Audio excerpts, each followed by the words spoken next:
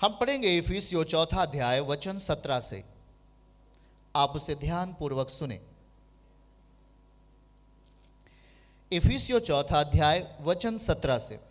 इसलिए मैं यह कहता हूं कि प्रभु में आग्रह करता हूं आपसे, जैसे अन्य जाति लोग अपने मन की अनर्थ रीति पर चलते हैं, तुम अब से फिर ऐसे ना चलो। फिर ऐसे ना चलो, अनर्थ की रीति पर नहीं चलो। वचन 18 पढ़ेंगे। फिर वहां क्या लिखा है वचन 18 में? क्योंकि उसकी बुद्धि अंधेरी हो गई है, दारू पी करके, गलत लोगों की संगति करके, व्यभिचार को अपने जीवन में धारण करके उसकी बुद्धि क्या हो गई है? अंधेरी हो गई है। और उस अज्ञानता के कारण जो उनमें है और उसके मन की कठोरता के कारण वे परमेश्वर के जीवन से अलग किए हुए हैं। वो प्रभु के जीवन से क्या हो गए हैं? अलग किए हुए हैं। वचन आगे 19 पढ़ेंगे। और फिर क्या हो गए? वे सुन्न हो गए हैं, उनमें कोई दम नहीं है, उनमें कोई प्रेम का, उनमें कोई शिष्टाचार का दम नहीं है। क्या लिखा बाइबल? वो सुन्न होकर के लुच्चपन में लग गए हैं कि सब प्रकार के गंदे काम लालसा से किया करें। वचन 20 पढ़िएगा। पर तुमने मसीह की ऐसी शिक्षा नहीं पाई कि लुच्चपन करो और बेविचार और गंदे काम करो, ऐसी शिक्षा आपने नहीं पाई। फिर क्या लिखा? कैसी शिक्षा पाई? वचन 21 में, वरन तुमने सचमुच उसी की सुनी, जैसा यीशु में सत्य है उसी में सिखाए भी गए। वचन 22, कि तुम पिछले चाल चलन के पुराने मनुष्यत्व को जो भरमाने वाली अभिलाषाओं के अनुसार भ्रष्ट होता जाता है उतार डालो। वचन 23 में लिखा, अपने मन के आत्मिक स्वभाव में नए बनते जाओ। आमीन। वचन 24 पढ़ लेंगे।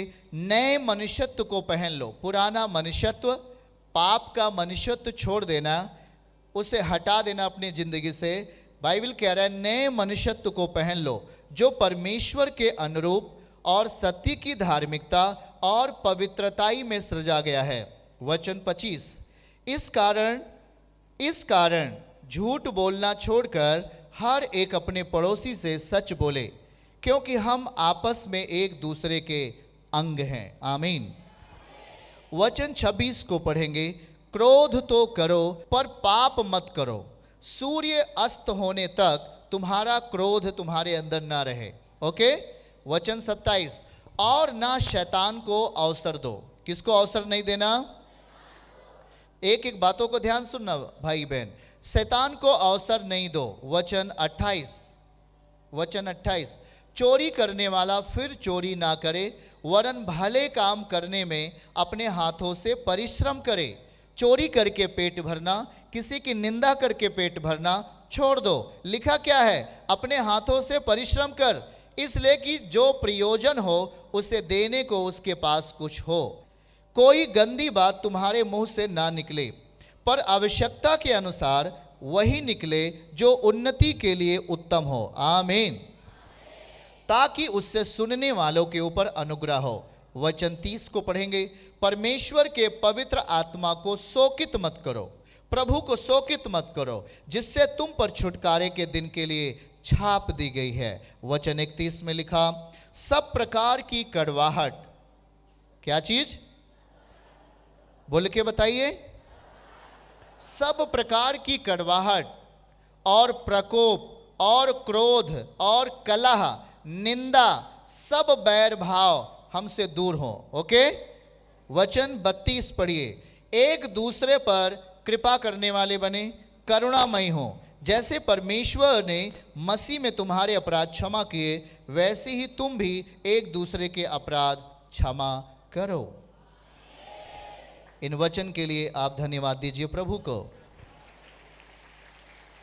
Hallelujah, hallelujah. देखिए प्रभु के बेटे और बेटियों, आप जब भी भलाई काम करोगे, आप अपने परिवारों में सक्सेस होते हो, कोई तो आपका विरोध करने लगेगा। सही है?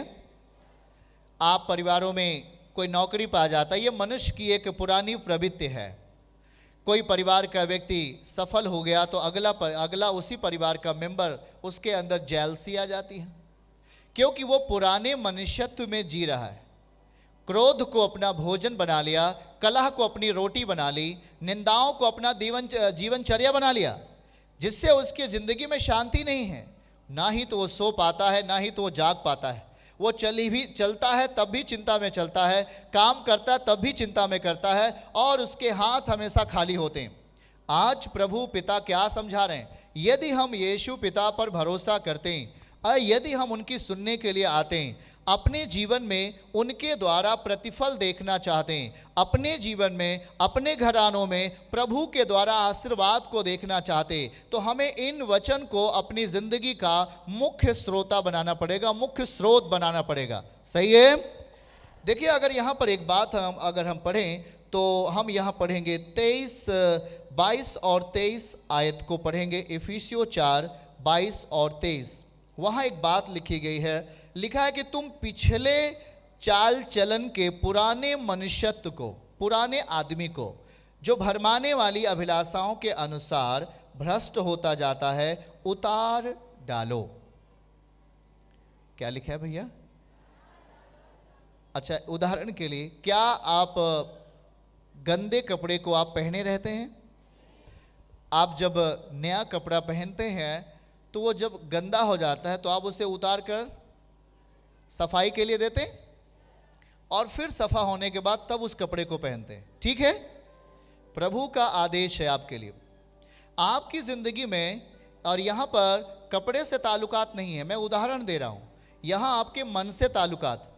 आप जब प्रभु के पास कुछ पाने की इच्छा से आते हैं, आप अपनी ज़िंदगी में आशीर्वाद पाना चाहते हैं, आप अपने जीवन में दूसरों के लिए या अपने माता पिता के लिए या अपने परिवार के लिए या अपने गांव के लिए आशीष का कारण होना चाहते हैं करके, तब आपको क्या करना पड़ेगा? प्रभु 22 वचन में लिखा है, अपने अंदर से पुराने चाल चलन को, पुराने मनुष्यत्व को, पुराने मनुष्य को जो आपको भरमाता था, पाप में ले जाता था, जो आपको व्यभिचार में ले जाता था, जो आपको लड़ाई झगड़े मुकदमे में ले जाता था, वचन में लिखा है उसे उतार डालना है। क्या करना है? उसे उतार डालना। अब हम उतारेंगे कैसे? वो तो चीज दिखती तो है नहीं, उसे उतारेंगे कैसे?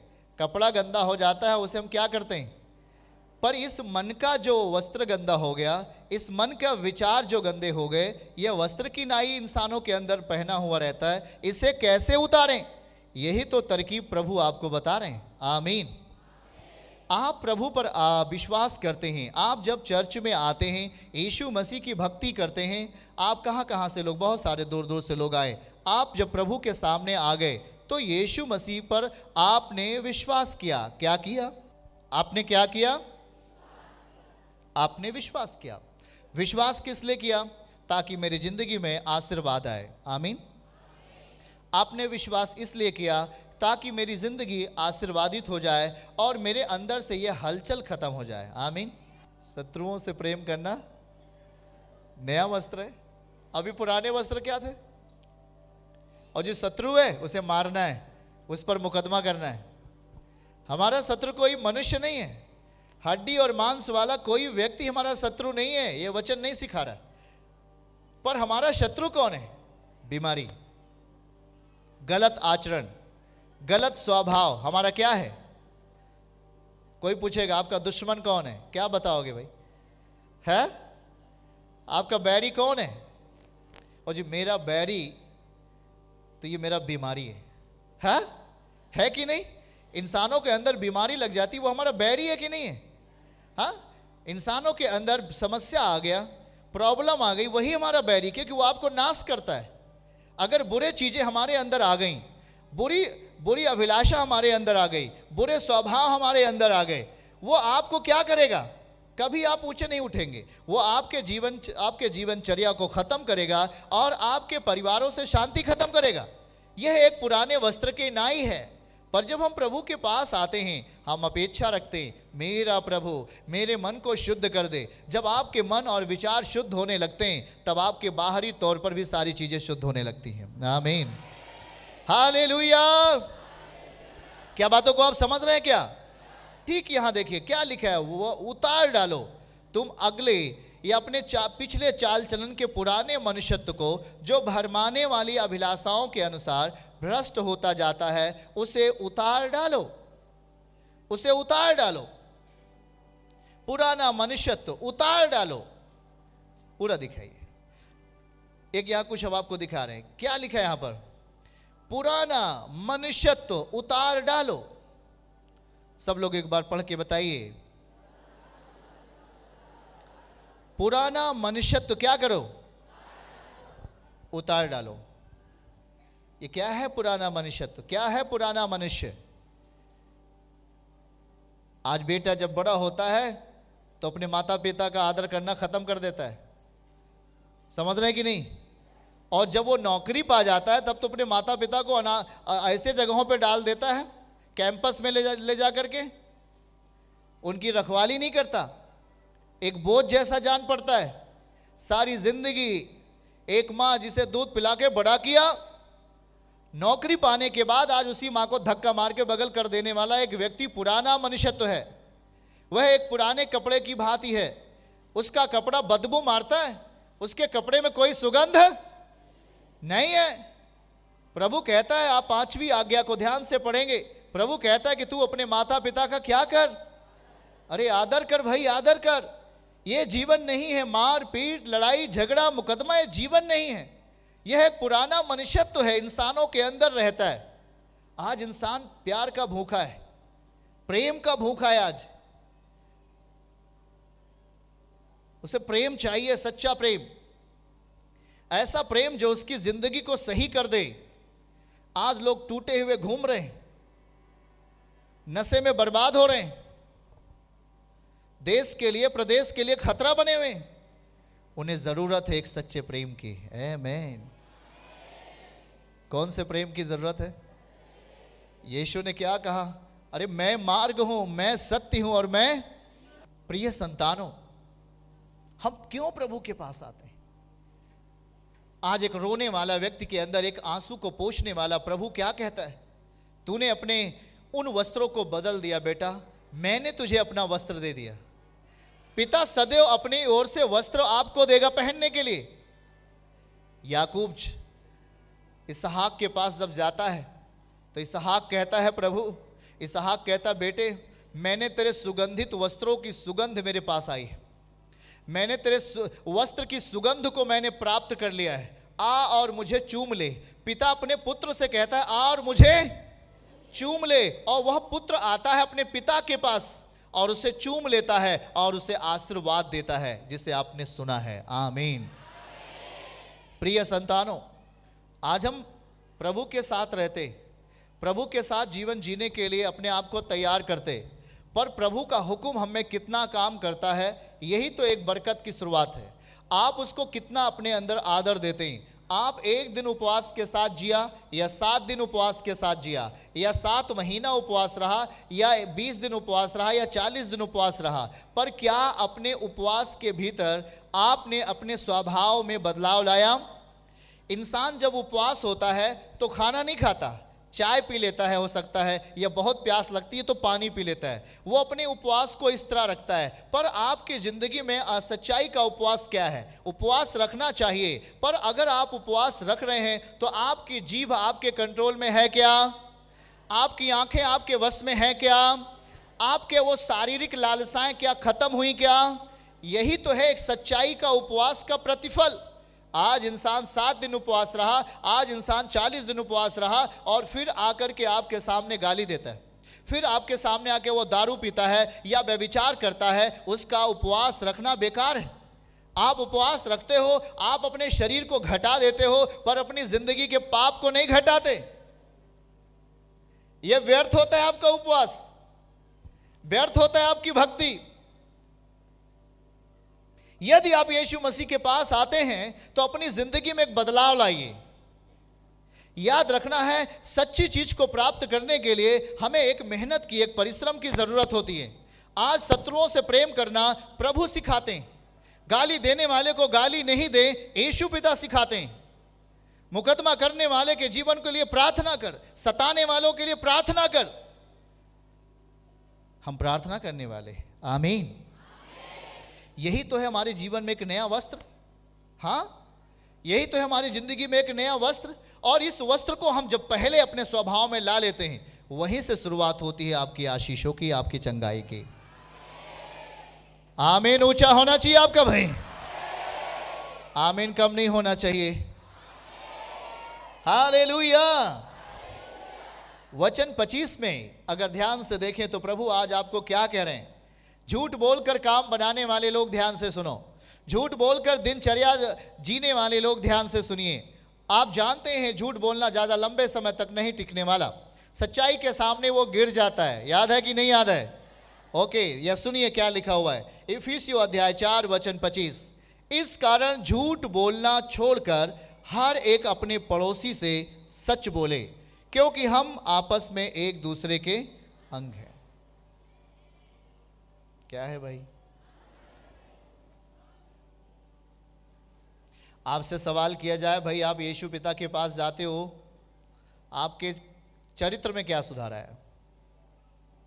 तो आप गवाही देने के लिए तैयार हो कि नहीं? आप बता सकते हो कि नहीं, पहले मैं नशा करता था, अब मैं नशा नहीं करता। पहले मैं गाली देता था, मैं अब गाली नहीं देता। पहले मैं पाप करता था, व्यभिचार करता था, फोन से गलत रिलेशनशिप बनाता था, अब मैं नहीं करता। ये कैसे संभव हो पाया? ये पहले संभव नहीं था, लेकिन जब से मैं संगति में बैठने लगा, तब से मेरे अंदर एक बेहतर बदलाव आने लगा। परमेश्वर क्या इस बात को क्यों आपको समझा रहा है?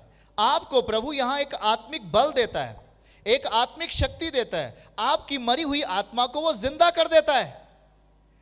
इंसान की मरी हुई आत्मा पाप करती है, इंसान की मरी हुई आत्मा व्यभिचार करती है, इंसान की मरी हुई आत्मा मरे हुए शक्ल स्वरूप में जीती है। सही है कि नहीं?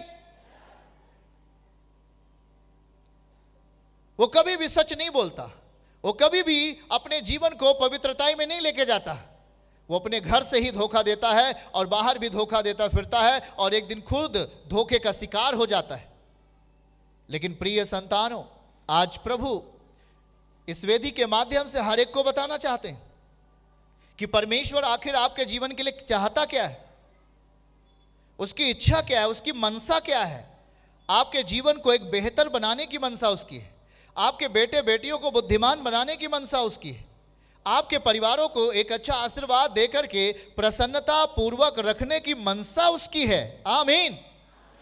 लिखा गया है, इस कारण झूठ बोलना छोड़कर हर एक अपनी पड़ोसी से सच बोले, क्योंकि हम एक दूसरे के अंग हैं। और फिर लिखा, क्रोध तो करो पर पाप मत करो। और अगर हम यहां पे आए, इस वचन को अगर हम देखें ध्यानपूर्वक, इस वचन को देखेंगे, 29 आयत को हमारे साथ पढ़ लीजिए, इफिसियों 4 के 29। कोई गंदी बात तुम्हारे मुंह से ना निकले। हम यहीं पर रुकेंगे, थोड़ा से हम रुकेंगे। सुनो सुनो सुनो, कोई गंदी बात तुम्हारे मुंह से। आप क्या कर रहे हो यहां पर बैठकर? आप क्यों आए? अपने जीवन में एक सुधार के लिए?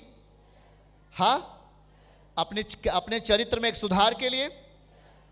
देखिए, हम जब गलत चीजें करते हैं, हम सही चीजों के लिए रास्ता बंद करते हैं। वर्ड को ध्यान देना, हम जब गलत करते हैं तो अपने लाइफ के लिए, सही चीजों के लिए रास्ता, आप गलत कर रहे हो, सही चीजें मुश्किल है आप में आना। लेकिन जब आप सही काम करोगे तो आपके लिए सही रास्ते खुलेंगे। गलत काम करोगे तो आपके लिए गलत रास्ते ही खुलेंगे, सही रास्ते को उम्मीद मत करो। आज प्रभु कह रहा है, आपके शरीर के अंदर एक सबसे छोटा अंग है, जीभ। क्या चीज है? ना सबके पास जीभ है ना? ये जीभ बाइबल कहती है घरों में आग लगा देती है, मौका पाती है तो घर का घर उजाड़ देती है, पति और पत्नी में सुसाइड करवा देती है। आज की तारीख में परमेश्वर आपको बचाना चाहता है इन सब चीजों से। आंधियां आती हैं पर आंधी के अनुकूल मत बहो, बुराइयां आती हैं पर बुराई के अनुकूल मत चलो। हाँ चलो जी, किसी को चोरी करना है, चलो जी आज चोरी कर लेते हैं। नो, रुक जाओ वहां पर, क्योंकि आप अपनी पीढ़ियों के लिए क्या कमा रहे हैं, आप अपने वंश के लिए क्या कमा रहे हैं। प्रभु ठीक ठीक आपको समझा रहा है कि कोई गंदी बात तुम्हारे मुंह से ना निकले, क्योंकि ये जीभ परिवार के लिए विनाश का कारण हो सकती है। आज बहुत सारे लोग इसे कंट्रोल नहीं कर पाते और जो भी मन में आता है मुख से बोल देते। याद रखना, अगर आप मुख से बोल रहे हो बगैर समझ के, बगैर बुद्धि के, तो वो आपके परिवारों को तोड़ डालती है। लेकिन जब आप अपने अंदर परमेश्वर के आत्मा को लेके चलते हैं, जब आप अपने आप को लगातार संगति में बना के रखते हैं, जब आप अपने आप को प्रार्थना पूर्वक जीवन जीने के लिए बना के रखते हैं, दूसरों के प्रति भलाई करने की अपेक्षा रखते हैं, दूसरों के प्रति दया करने की अपेक्षा रखते हैं, दूसरों की सहायता करने की इच्छा रखते हैं, दूसरों की मदद करने की इच्छा रखते हैं और अपने आप को प्रभु के साथ बड़ी खराई से जीने का प्रयत्न करते हैं, यही तो गुण है जो आपके जीव को शक्तिशाली बनाता है। यीशु मसीह के नाम है। चर्च की सभी प्रार्थनाओं को और परमेश्वर के दास के द्वारा टीचिंग सुनने के लिए और अपडेट्स को जानने के लिए हमारे इस चैनल को सब्सक्राइब करें और साथ में बेल आइकन को दबाएं, ताकि जब भी लाइव प्रार्थना हो तो सबसे पहले आप देख सकें।